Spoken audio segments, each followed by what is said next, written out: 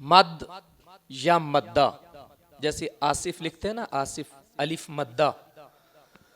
مد کو مد کیوں کہا جاتا ہے؟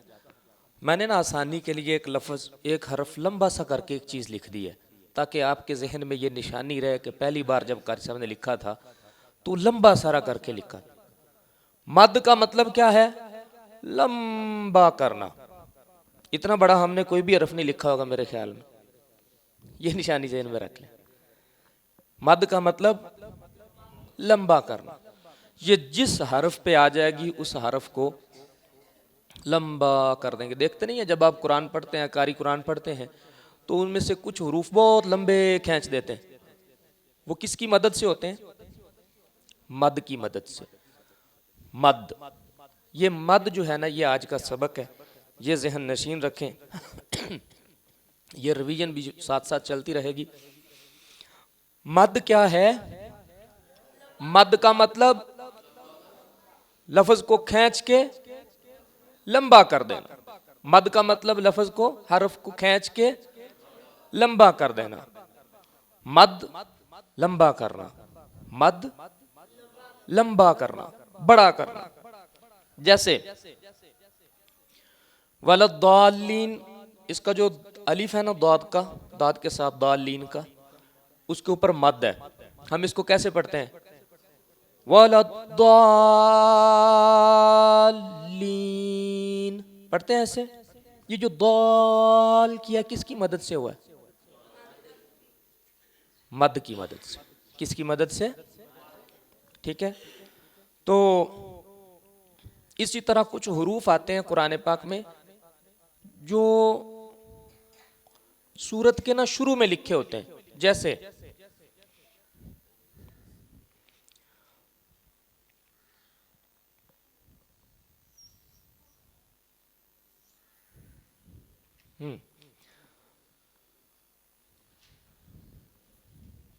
یہ مد لام پہ ہے، الف پہ نہیں ہے. نہ میم پہ مد ہے نہ الف پہ مد ہے، لام پہ ہے. کیسے پڑھیں گے بلا؟ الف چھوٹا رہ گیا، میم چھوٹی رہ گئی، لام لمبا ہو گیا. اگر مد میم پہ بھی آ جائے تو میم بھی لمبا. اس نشانی کا فنکشن یہ ہے کہ جس حرف پہ آ گئی وہ لمبا ہو گیا. الف لام میم. اتنے لام میم لمبے کبھی نہیں پڑھے تھے ہم نے، لیکن آج پڑھ رہے ہیں، مجبوری ہے. یہ آ گئی، اس نے آ کے کھینچ دیا لفظوں کو. مد کا مطلب لمبا کرنا. سمجھ آ گئی؟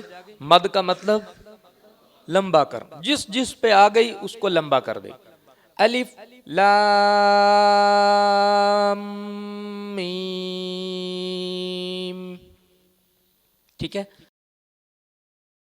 یہ والی، یہ 5 الف کے برابر ہے، ایک اس سے چھوٹی ہوتی ہے، وہ 3 الف کے برابر ہے. ایک یہ ہے، 1 الف کے برابر ہے، یہ کھڑی زبر ہے. ٹھیک ہے.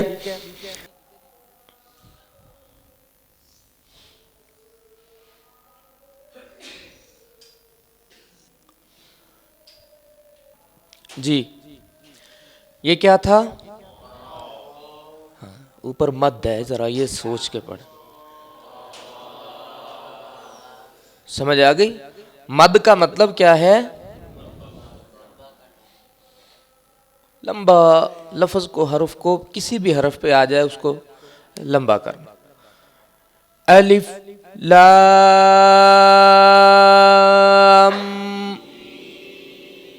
یہ میں نے کل ایک چیز سمجھائی تھی آپ کو. یہ جو شد آ گئی ہے نا، شد، اس کا اب لفظ کے اوپر اثر کیا ہوگا؟ یہ لفظ لمبا کر کے نا جب چھوڑنے لگیں گے تو میم کے ساتھ اس کو ٹچ کرنا ہے. الف لام میم.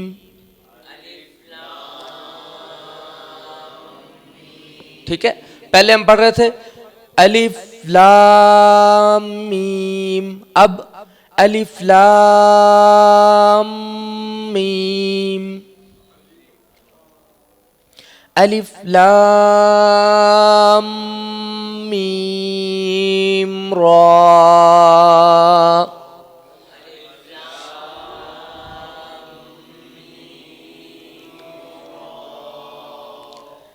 کاف ہا یا عین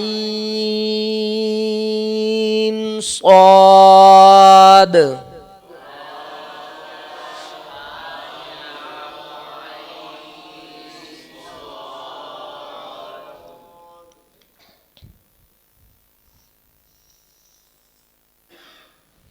یہ کیا ہے؟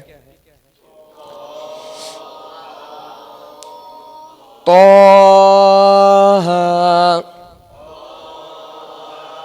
ہا کے اوپر مد نہیں ہے، ہا کے اوپر کیا لگایا؟ کھڑی زبر. یہ تھوڑا لمبا ہوگا. مد کتنے الف کے برابر لمبا ہوتا ہے؟ مد کتنے الف کے برابر لمبا ہوتا ہے؟ اور کھڑی زبر ایک الف کے. ایک چھوٹا مد بھی ہوتا ہے، وہ 3 الف کے برابر ہوتا ہے. سمجھ آ گئی؟ جی تینوں کو ہی لمبا کر دیں.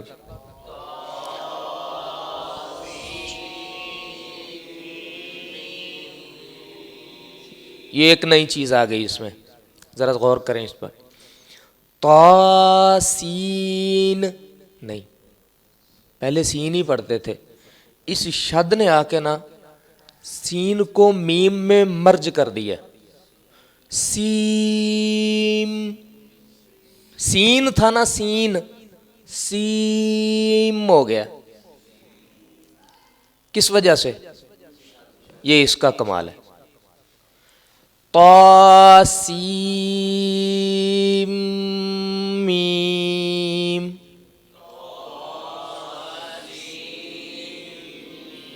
سین کے آخر میں جو آواز نون کی پیدا ہوتی تھی، جیسے ہم عام پڑھتے ہیں سین سین، یہ نون کی آواز آ رہی ہے نا آپ کو، وہ ختم ہو گئی. اب سیم ہو گیا. کس وجہ سے؟ یہ شد جو ہے نا اس کو میم کے ساتھ اٹیچ کر رہی تھی. طاسیم میم.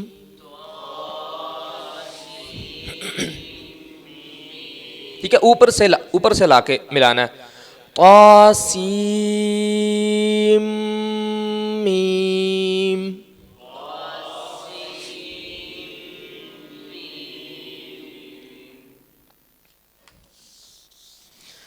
یہ حروف کون سے ہیں؟ انہیں کون سے حروف کہا جاتا ہے؟ حروف مقطعات. کیا نام یاد کر لیں، یہ تقریباً ہر مسلمان کو یاد ہونے چاہیے، کیونکہ قرآن پاک نے خاص طور پہ ان کا تذکرہ کیا ہے، ان حروف کا. یہ رسول اللہ صلی اللہ علیہ وسلم کو جب وحی آتی تھی تو اللہ تعالیٰ کوئی بات یاد دلانا چاہتا تھا، جو جبریل کو بھی بس اتنا ہی حکم ہوتا تھا کہ جا کے اشارہ دینا ہے، میرا محبوب خود سمجھ جائے. تو یہ حروف اللہ تعالیٰ نے سورتوں کے شروع میں استعمال فرمائے ہیں. تو یہی حکم آیا کہ طاسین، سرکار نے سمجھ لیا، اللہ نے پھر اگلی بات شروع کر دی. تو یہ حروف مقطعات جو ہیں یہ ذہن نشین رکھیں ان کو.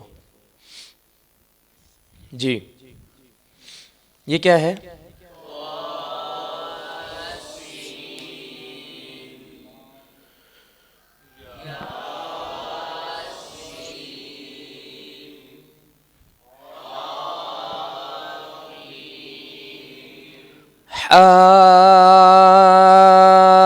حامیم.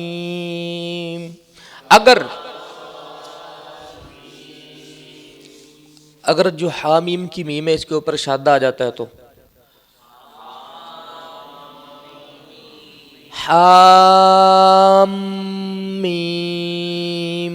ٹھیک ہے جی، وہ شد کی سمجھ آ گئی. آگے ابھی آئے گی یہ شد کیا کمال کرتی ہے، اس سے لفظ پہ کتنا اثر پڑ سکتا ہے، یہ چیزیں آپ کو سمجھ آئے گی انشاءاللہ، مزہ آئے گا پڑھنے میں.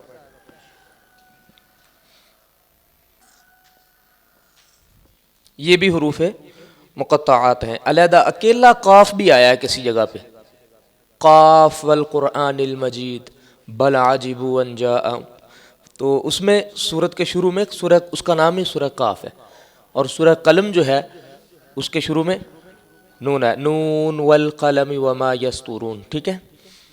عین سین قاف،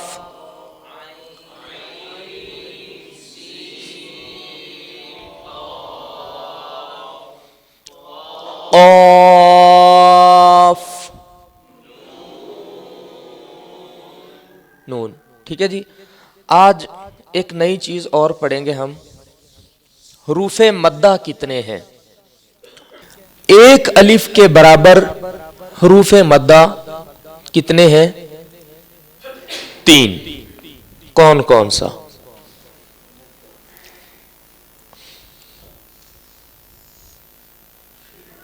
واو، الف، واو، یا. ان کی لاجک ایک یہ بھی ہے، الف سے پہلے زبر، یا سے پہلے زیر، اور واو سے پہلے پیش. اس صورت میں یہ ایک الف کے برابر لمبے ہوں گے. با پیش وا، بو، با پیش وا، بو. اس کو بو بھی کہہ سکتے، با پیش وا بو. نہیں، ایسے نہیں. لمبا کیوں ہوا؟ تھوڑا سا واو مدہ آ گیا. ٹھیک ہے جی. الف سے پہلے حرف پہ زبر، واو سے پہلے حرف پہ پیش، اور یا کے پہلے حرف پہ زیر. یہ بات یاد رکھ لیں، یہ لمبے ہو جائیں گے. تا الف زبر تا، تا الف زبر تا. ٹھیک ہے جی.